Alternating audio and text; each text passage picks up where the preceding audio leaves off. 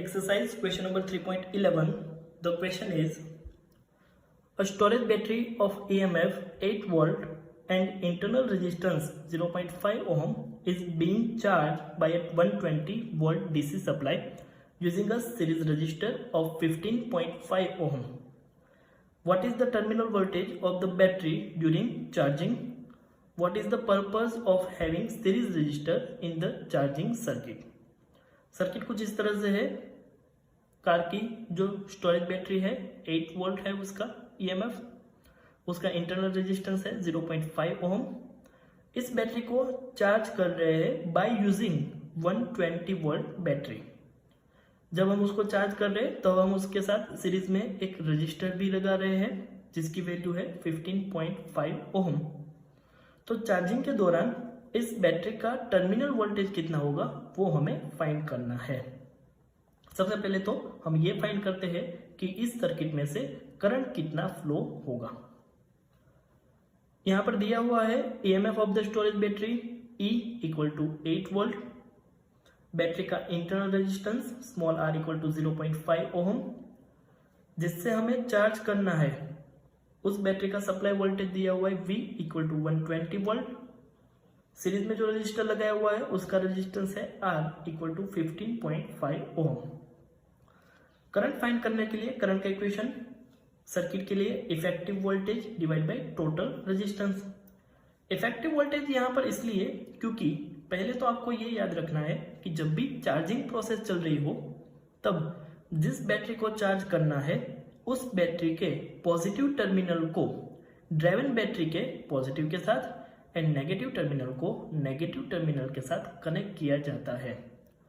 अब यहाँ पर जब हम सर्किट का इफेक्टिव वोल्टेज फाइंड करेंगे तो यहाँ पर नेगेटिव पॉजिटिव पॉजिटिव नेगेटिव है।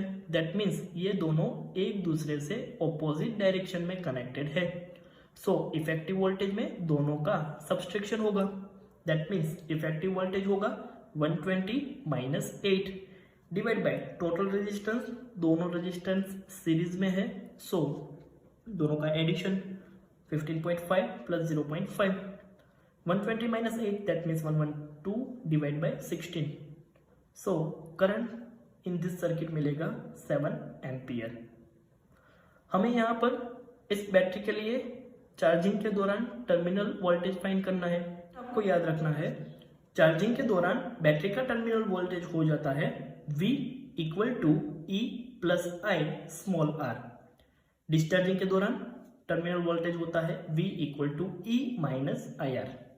E की वैल्यू है 8 वोल्ट, I दिया हुआ है 7, स्मॉल r है 0.5। सॉल्व करेंगे तो बैटरी का टर्मिनल वोल्टेज मिलेगा V इक्वल टू 11.5 वोल्ट। एक और मेथड है जिससे आप बैटरी का टर्मिनल वोल्टेज फाइंड कर सकते हो। लेट सपोज इस बैटरी के पॉजिटिव टर्मिनल के पास मैं पॉइंट A कंसीडर कर रहा हूं और यहाँ पे पॉइंट B कंसीडर कर रहा हूं।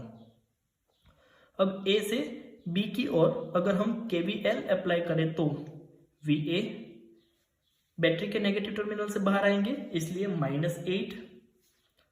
यहाँ पे करंट की डायरेक्शन एंड जर्नी की डायरेक्शन सेम है तो potential negative, so minus current है 7 इंटू रेजिस्टेंस है 0.5 इक्वल टू जहां पर हमें पहुंचना था उस पॉइंट का potential that means VB।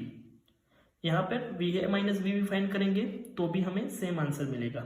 So VA minus VB equal to 8 plus 7 into 0.5 that means 11.5 volt.